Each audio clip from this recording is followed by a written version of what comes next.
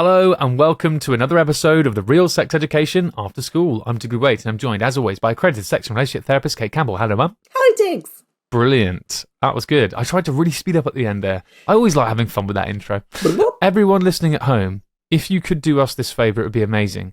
If you're listening on Apple or Spotify, if you could do us a little favour, navigate your way to the show page, and I think on Apple it's at the bottom, but on Spotify it's at the top, and you can give us a cheeky 5-star review. It really, really helps.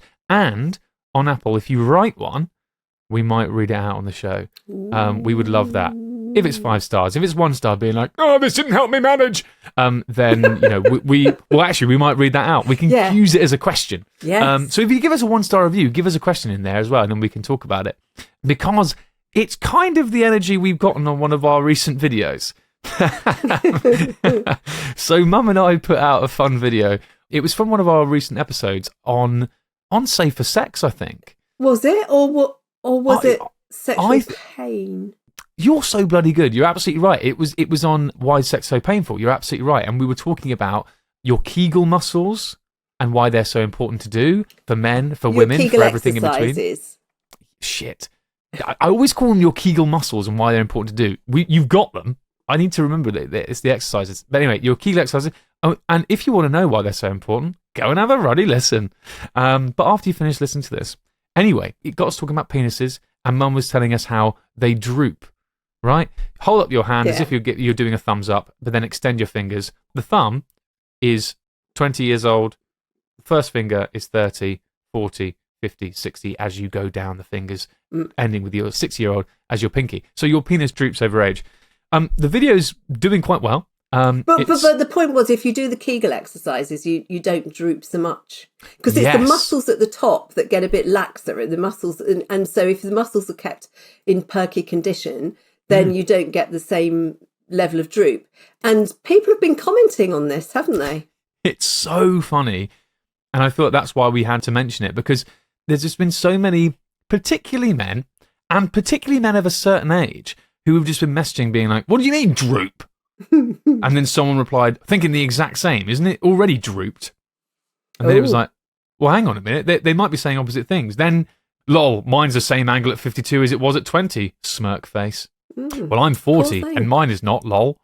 It does feel like there's a lot of people rushing to be like, well, no, my penis isn't drooped at all. And then at the same time, there's a load of comments being like, isn't it always been drooped? I mean, it's not an overnight thing, is it? You're not going to notice it. It happens very gradually over a period of time. Yeah, and could you say for the ones that say, if it's true that it hasn't drooped, are they just doing their Kegel exercises? I wouldn't be surprised. There you go. Wonderful. Love all that. Well done, chaps. So anyway, go and listen to that episode on Why is Sex So Painful, because you'll hear the full list of all the benefits and stuff there. But today, we are going to be answering some of the questions that you sent in to us on our anonymous Google form, which is in the bio of this episode, and our social media channels. We're at the RSC Pod on Instagram, TikTok, and X. Formerly known as Twitter. Wonderful. It's an anonymous Google form. You can fill it all out there. Google will ask you for an email, but we won't see that email. It's purely for Google, the overlords. And then you can send in your question free from any idea that we'll see anything, much like this one here. And it simply says, how to stop being a people pleaser? ? Yeah, which I think doesn't necessarily need to be a sex question or relationship question purely, but I do think people who are people pleasers or perceive themselves to be people pleasers, they do run into a lot of problems in the sex and relationship sphere. Well, it's funny. The other day, I saw a tweet or something which said, people pleasers. What is it with people pleasers? The buggers have never pleased a person in their lives.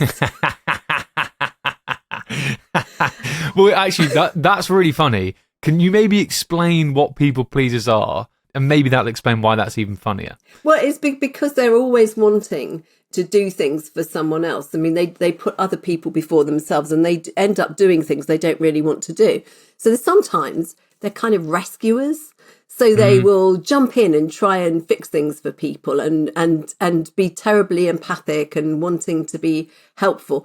And, you know, in ways that can be irritating, let's face it. sometimes for some people. And ways that people didn't even ever ask for. Yeah. It's this perceived idea sometimes that people pleasers are like, oh, I'll be helpful if I do this. And then they do it, and everyone goes, well, why the hell have you done that? You go, oh, well, I was trying to be helpful. It goes, that didn't help at all. You've just thrown away my lunch. Yeah, exactly. It's like, oh, but I was just trying to tidy up. And it's like, well, you've thrown away my lunch. That was my last Dairy Dunker in there, and it's gone. Oh, no. Yeah. Oh, no. The thing is, there are people that really do find it very, very, very difficult to say no to somebody. If someone asks for something, they think they have to give it to them. They at work, they are taken advantage of. And they often think, well, if I'm really good and I do lots of things for other people, maybe the universe will be kind to me, or maybe people will notice and they'll be nice to me and I won't have to ask for things. But actually, learning to ask for what you need and being really clear about your needs is really, really helpful to the world. The world loves it. If you ask for what you want, if you tell people what you want, they love it. What they don't like is being expected to guess. Because when you're expected to guess, then people get upset when you can't guess. And you think, oh, I didn't know I was upsetting you. Oh. And you've got these people making deals with the universe all over the place. And exactly. It's very, very awkward. It's awkward. I mean, I'm not going to lie. All this making deals with the universe thing sounds kind of close to home, because I feel like I've done this. I've that whole idea of karma and stuff. And I don't think I'm a superstitious person, but I avoid triple drain covers.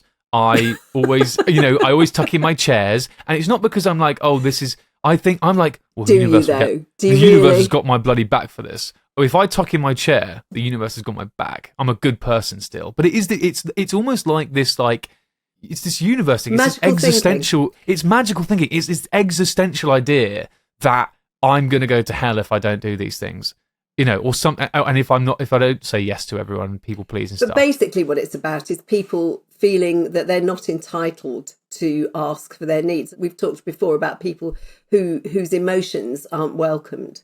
And if you've been brought up in a family where emotion isn't welcomed, and lots of families say things like, and this is the most oppressive thing you can say to your child, I think, is, oh, just be happy. Yeah, which I think is my advice on a lot of these questions. But anyway, go on. Well, I mean, if you tell someone to be happy, then they have to live up to that, and they don't necessarily always feel happy. And I think it has to be okay to be normal and have moods that go up and down, and not try and please people by always being jolly, being ready to say, "Oh, I'm just having a bad day." You don't need to spill your guts. You don't have to tell them every detail of your life. You just have to, be honest about if you're not feeling so great. People are okay with that, and they'll probably ask if there's anything they can do to help. They may be keeping their fingers crossed and hoping you'll say no, but they'll probably be nice to you. But what is irritating is when somebody... Now, this is how we got an avocado bathroom suite. What just happened? What just happened? Fury happened. Rage. Yeah. Oh my God, Mum's eyes just glazed over and she freaking flipped. Wow, okay, what is going on? Well, somebody going... An avocado, just say those words again, just so we're all on the same page, and then tell us what's happened. Yeah, an avocado bathroom suite, 20 years after they were all out of date, in a bath showroom. Yeah. Walking around saying, oh, this is nice, and the other one thinking... oh, it's not. Right, yeah. And saying, oh, yeah, it is, isn't it? And then going, oh, do you think so? Oh, well, let's go and buy it then. Yeah. That is how you end up with what you don't want, what nobody wants. And it was this horrible sort of limey green it's avocado. Bathroom suite. It was, oh, God. But the good thing is, if you're sick, it doesn't show so much. Oh, Christ. I mean, every cloud. Anyway, okay, right. Let's okay, wherever the hell we are right now in this avocado bathroom suite, bath showroom. Let's get the fuck out of there. Yeah. And let's take it right back to how do I stop being a people pleaser? So we've worked out what one is. We've worked out the terrible, awful avocado-based things that can happen to your bathroom as a result. But how does one stop this? Be curious about your impulses. So if somebody asks you to do something and you think, I don't want to do that, but I have to say yes because I have to be nice and I don't know how to say no, then just check your impulses, be curious and think, do I really have to do that? And think about saying, that would be really difficult actually if you don't want to do something. Or when somebody says, oh, what do you think of this colour? Don't say, quite nice. Yeah. Say, Yeah. oh, no, it looks like sick. So be honest. I mean, Yeah. you know, if the other person loves it, they may not be thrilled you said it looked like sick, but you could say, nah. You know, you could be a bit kinder and say, not my cup of tea. Yeah. Be honest. Don't feel that you have to be the one doing everything for everyone. If something happens, don't feel you have to fix it. Don't feel you have to fix the world. You don't. You know, nobody does. We all fix the world together. I mean, living is cooperative. And cooperation works better when you know what people want and need. Yeah, and how they actually genuinely feel. And I do think that's it. I think that is the first step, is listening to your impulses. I think you can be so deep in this people pleaser thing that you've actually forgotten what you really want, and you've forgotten even how to access that part of your gut, that gut feeling. It's difficult because your brain is in a situation that knows that a question has just been asked. So what I do, brain says, when a question has been asked, is I go down this route, which says yes, of course. So you really do have to be curious and think, because you're having to rewire your brain. Because what you normally do is what you will automatically do without even thinking, if you don't train yourself to think. And this very thing, people pleasing, is what an awful lot of my clients are complaining of. They have therapy for this. Well, I was going to say, is that not something to really think about here? If you really think, because I think people pleasing can really dictate your life. And like I said, it's not just sex and relationships. It can dictate, you mentioned jobs and stuff. Oh, yeah, it can everything. really be, it can be, because if you're people pleasing, that's so many of your decisions a day are being made based on that. And so I think therapy is something you should definitely think about. Yeah, absolutely true. You're allowed to ask for help. I mean, but lots of people behave in ways that they wouldn't if they thought about it. But they've been kind of groomed very often, not, you know, to be happy, to always smile. I'm very suspicious of people that smile all the time, to be fair. Diggs is making a very sad, glum face. This is not smiling. I don't know what you're talking about. Yeah. Because, you know, in the animal kingdom, when you see animals baring their teeth, what are they saying? Piss off. Yeah, they're saying fuck off. But what about hyenas? What about hyenas? Well, aren't they saying, like, oh, we're going to eat you? Well, they laugh. They don't bare their teeth. Oh, they right. Go, and chimpanzees? Aren't they? Chimpanzees, very much. Chimpanzees, they're very being much. Like, piss off. Yeah, I'm going to bite your face off. Yeah, go away. Right. Leave me. Yeah. Very much so. But I thought that's what laughing was. Didn't they think about the laughing is us baring our teeth, be like, ha, ha, ha. And it's a sense of dominance. Like we're laughing at a situation or at someone to sort of be like, oh, isn't this good? I'm in a superior situation to this. Ha, ha, ha. No, it's about sharing. A lot of it is, it might be, but a lot of it is about sharing pheromones and things, about sharing endorphins and, you know, positive feelings with a crowd. It's about socializing. Laughter. It's really important. It's something that we all do together, and we're laughing at the same thing. So you've got this shared sense of ownership. And I mean, the noises that animals make and the way they bare their teeth, that is very much saying, clear off. You know, don't come any closer. And so, and remind me again what this has to do with people pleasers. Well, it's to do with when people. I said people who smile all the time make me nervous. Because that constant smile, I'm no fun. But I mean, look, I smile. Good fucking job. You're a therapist then. I smile, and I smile a lot. Otherwise, you'd be sick at work if you work with comedians all day or whatever. You'd be sick of it. Luckily, you get the saddest. No, I don't. That's not true. There's a lot of laughter during therapy, but I tell you, especially mine. But I tell you what, there's something about people that never stop smiling, that are delivering bad news with a smile, maybe, or they just have a grin on that face all the time. And whereas you know, people's faces change. You know, it becomes animated, and then it looks sad, and then it becomes animated. So smiles are much more appropriate. They are in response to something. So what I'm talking about is fixed smiles that are not in response to something. They're just there. That's scary. Two-faced. Well, it can be, yeah. Gemini. You're a Gemini. And I'm smiling. But you don't do it all the time. Well. We can be a miserable little bugger sometimes. Yeah, you know it better than anyone. You know it better than anyone. Yeah. Certainly not people please around you. My God. Yeah, people don't. Oh wow, right. Love all that. On that happy note. Let's think about that during the break. Let's really think about that. Let's have a little break. Let's have a lovely little smile. Actually, me and Mum are going to frown at each other for a bit just to regulate everything again. Okay. And restore equilibrium. And we'll be back with one more question after this. You know what we should do? We should play. We should play Don't Laugh. Oh, what, a staring contest? Yeah. But the thing is, well, it wouldn't be very good radio, would it? Yeah, it would. Have we started? Yeah.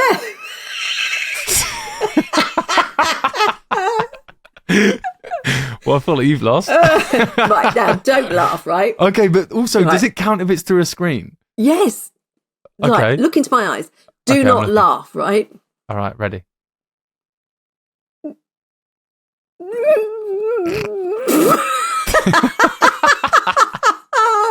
Okay, you I don't win. know. I feel like we both lost. We both made noises in there. I just can't believe. I just like when you said. I don't know what this. You just banged the table in such a way that made me laugh. Then Did I bang the table? you saw no, but you saw. Okay, here we go. And your eyes were massive, and you just stared straight into the camera. It was terrifying. Oh dear.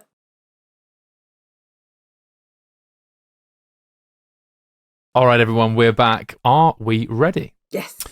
I got out of a toxic relationship and decided to take time for myself. I haven't had sex for a year, and now I'm scared to be intimate with someone. I get to the third date and then call it off. I'm now dating someone that's really nice, and it could go somewhere, but I'm still being held back by this anxiety/fear. The last dates he's noticed that I have been a bit closed off and avoided going home with him. I like him and want to have sex, but I'm trying to put myself off him. How do I get over my fear of having sex with someone new? Oh, take it slowly. Take it slowly. You know, maybe spend the night together and say you don't want to have sex. You just want to sleep. You know, just want to cuddle. Yeah. And then, you know, try things like maybe having a shower together. Then you have the experience of being undressed and close. But be clear about how far you're prepared to go.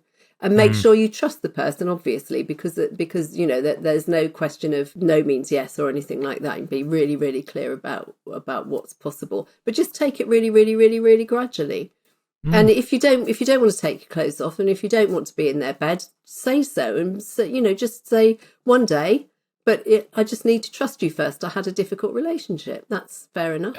And I think, within that, I think it's worth explicitly saying what you're saying there, which is be honest with them.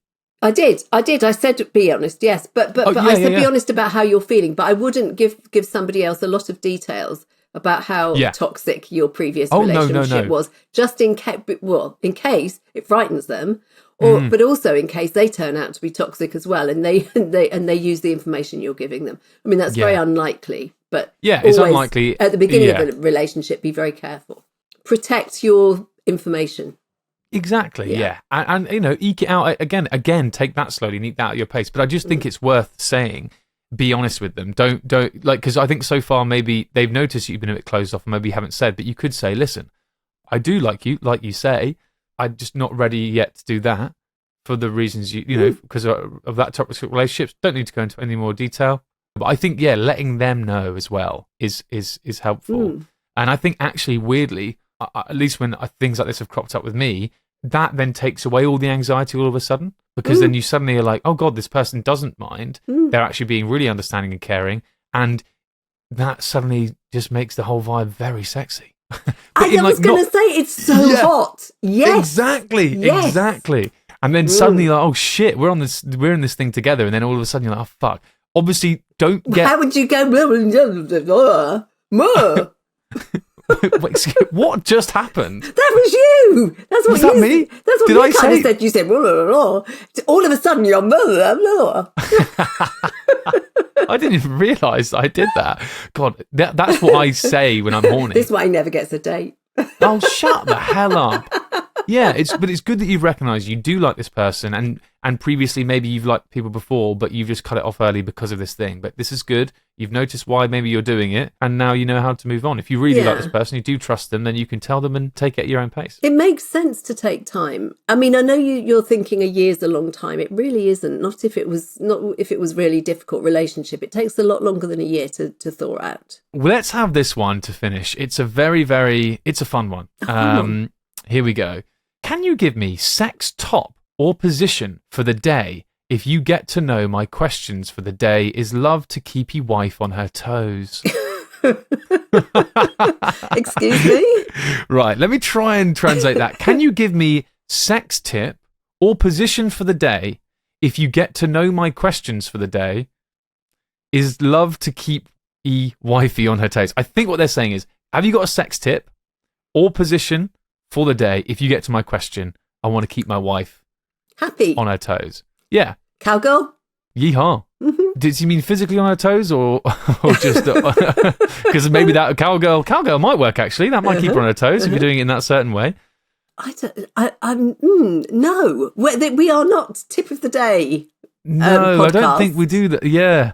I'm a guy, newly married, wife female, had bad sexual experiences her whole life. I'm 45, she 10 years older, is the context. Oh, well, that's different. Sex therapy. Yeah, it sort of feels weird to be like, "Oi, what's your sex tip of the day? I want to keep wifey on her toes." Yeah, that's not also nice. We're newly married, and she has had bad sex experience her whole life, and keep her on her toes. I don't know if that's the vibe, mate. It doesn't sound like it's the vibe. The person's English sounds not great. Yeah. Or either that or predictive is going really, really mad. Yeah, exactly. Yeah. So it's something like that. But it sounds as though they need a bit of help as a couple, which is absolutely fair enough. This is not funnily enough, I wouldn't have thought this at the beginning, hearing that, but this is not an unusual problem. It sounds like this is a gentleman who feels a little uncomfortable and nervous, and that he's not able to keep his wife. I mean, I think when he says on her toes, I think what he means is interested. And I think he thinks that if he tries harder, he'll overcome everything and she'll be interested. Maybe there's a bit of people pleasing in there, but certainly it's not that simple. So they probably need just a little bit of help. And honestly, often it doesn't take very much. To make things better. Yeah, this feels like it needs, at the very least, a conversation about sex and stuff with your newly married wife, rather than being like, "Sup, lads, what's a new sex position I can try out of the blue?" Yeah. I mean, and I'd never do anything in a sex session that you haven't discussed beforehand. I'd never do anything as a surprise, because it may not be welcome at all. I think that's pretty good advice, to be honest. Oh, don't think you can get better than that. Yeah. Fantastic. You should really think about doing this professionally. Okay. Yeah. I'll give that some thought. Let's look at some of those avenues. Let's have a think about that. Right, gang. That was a lot of fun. We had a lot of fun. We did a lot of the fun things as well. Please make sure, again, because I think, you know what, you cheeky sods, if you're listening to this right now and you've listened to this regularly, or you've just got to the end of this, give us a follow. Do subscribe wherever you're watching or listening to it, because you clearly think it's all right. So please do join us in the future, because I think, according to Apple and our analytics on there, 40% of you don't subscribe. 40%. Imagine that. So if you're one of those, please do subscribe. As I say, those reviews on our show pages, scroll down to the bottom for Apple. It's right at the top on there for Spotify. If you're watching on YouTube, hello. But also, maybe like the video, subscribe, comment below your favourite thing in the episode, or all that sort of stuff. Oh, and don't forget, all helps out. Don't forget the New Year resolutions. Yes, we want New Year's resolutions as well, so they can be sexual, relationshipy. That would be ideal, but also any others as well. Send those in. The Google form in the bio of this episode, on our social media channels. The link to that is in the bio of those as well. Guys, send them in. We love them. All right, we love you all very much. Yeah. Please join us again for another episode next week. Bye. Bye.